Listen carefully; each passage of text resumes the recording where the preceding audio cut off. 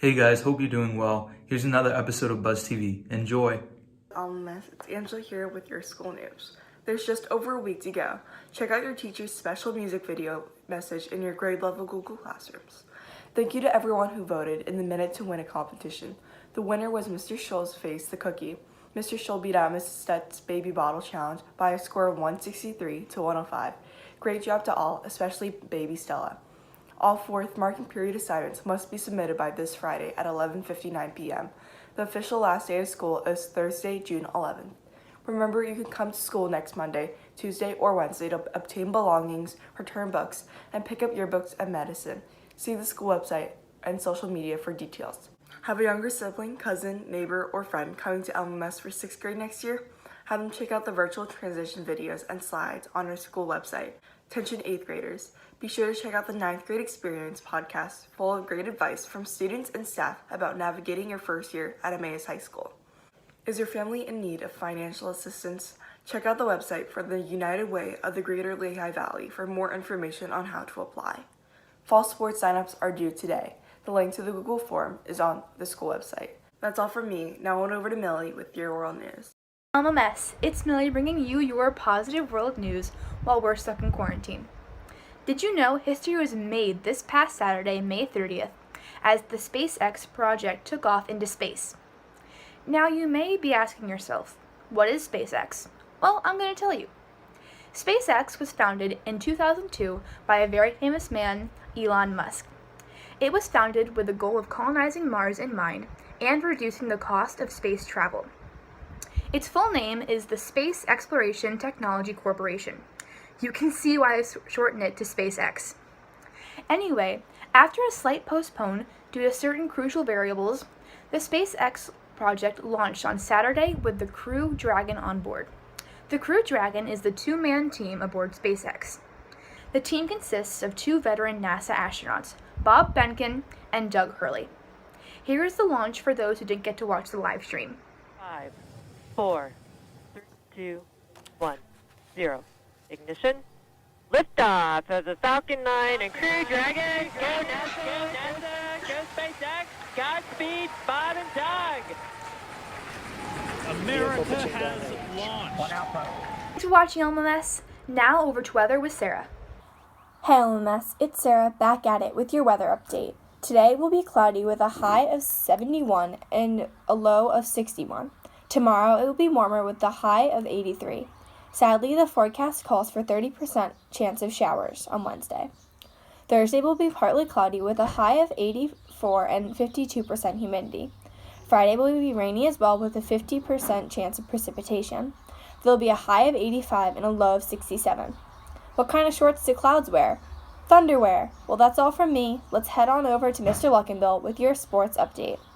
So as a kid, one of the things that I really enjoyed doing and really got me into sports was card collections. Now, cards are not nearly as popular as they were then, and they used to be worth a ton.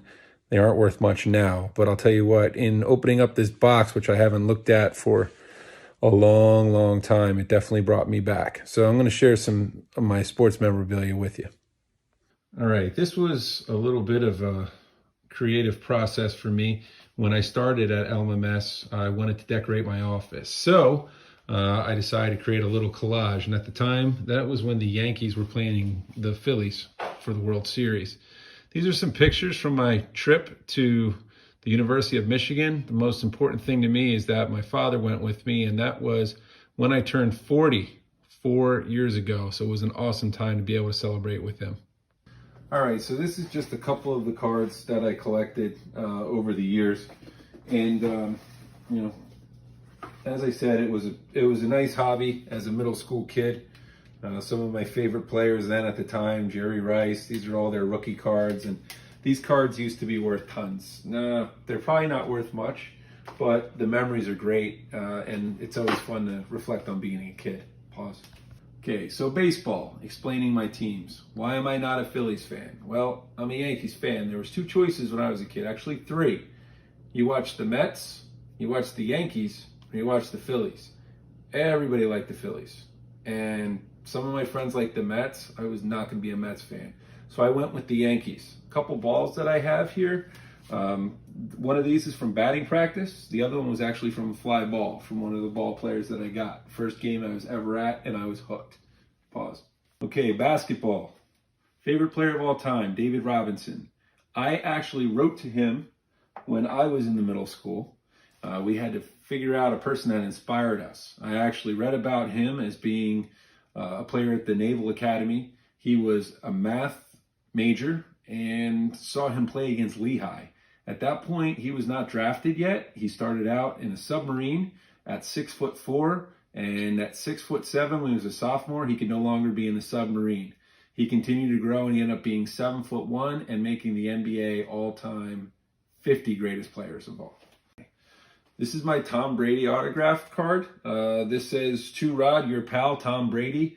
Now, I'm not a Patriots fan, but did write out to him, and obviously he was very bored as a rookie because he wasn't playing a lot. I am a Michigan fan.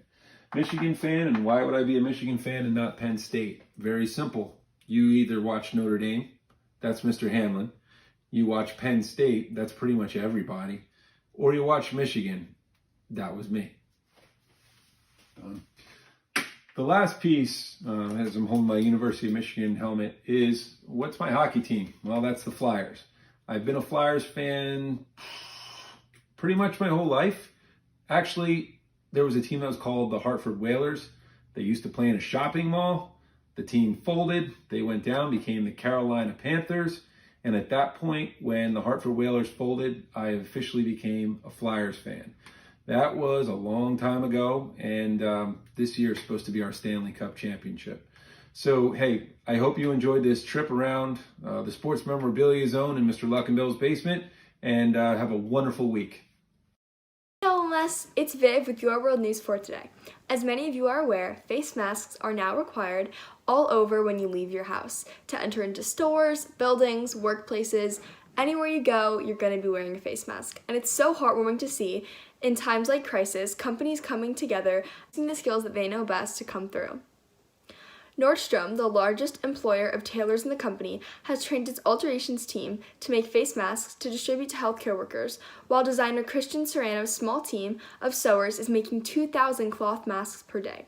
Dior has similarly pivoted to making masks for those in the front lines in France, and Burberry is using its global supply chain network to fast-track the delivery of 100,000 surgical masks to the UK.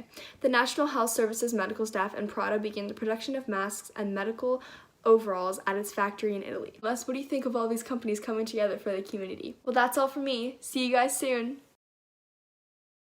Well, that's all from us, LMS. Make sure you tune in tomorrow for another episode. Stay safe and have a great day.